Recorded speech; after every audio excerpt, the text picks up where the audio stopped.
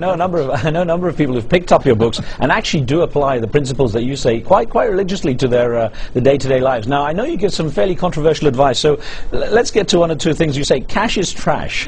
What do you mean by that? Well, I said that about in 1981 I started saying that, and I got crucified for that. If you read Rich Dad, Poor Dad, I said your house is not an asset. And all my real estate friends, don't send me Christmas cards, or they hate me now for saying that.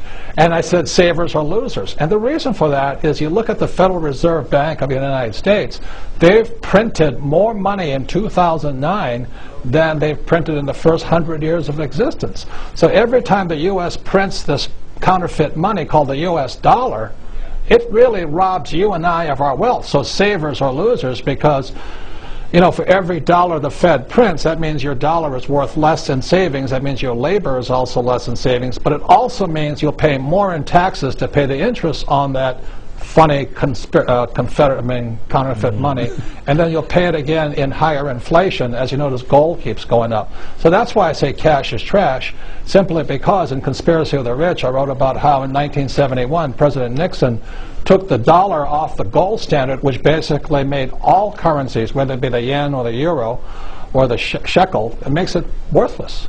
They're not worth any money anymore. They're just going down in purchasing power. Yeah. That advice, spend, don't save, does it apply even when you look at the current economic situation, when you look at people who are really struggling to get their money out into their basic needs?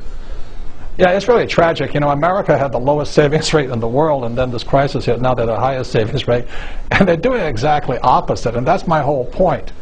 If you knew what you were doing right now, I would be buying silver instead of trying to save dollars, because silver, for the first time in world history, if you knew, financial education is knowing a little bit of world history. Today, for the first time, there is more gold than silver on planet Earth. So gold's at $1,100 and silver's at 18. Well, silver's the biggest bargain on history. So I wouldn't be saving dollars. I would be shifting into silver or oil or gold. I feel the market's moving as you say that. let me put a question to you that came in from a viewer in the USA. Linda Taylor in Michigan wrote in saying, "You can't be an expert in everything. May as well allow an expert to handle your finances." How do you feel about that when someone says, well, "Look, I want to trust someone else with my money"?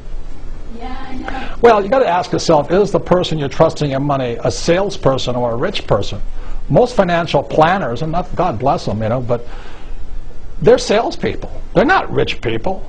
And the 401k, which most Americans invest in, or in Canada, the RRSP, or in Japan, the 401k, or the superannuation in Australia, they're the worst possible investment. You look at what Time magazine said just 2 months ago. They said the 401k was the biggest scam ever perpetrated upon the American public. And that was the cover of Time magazine.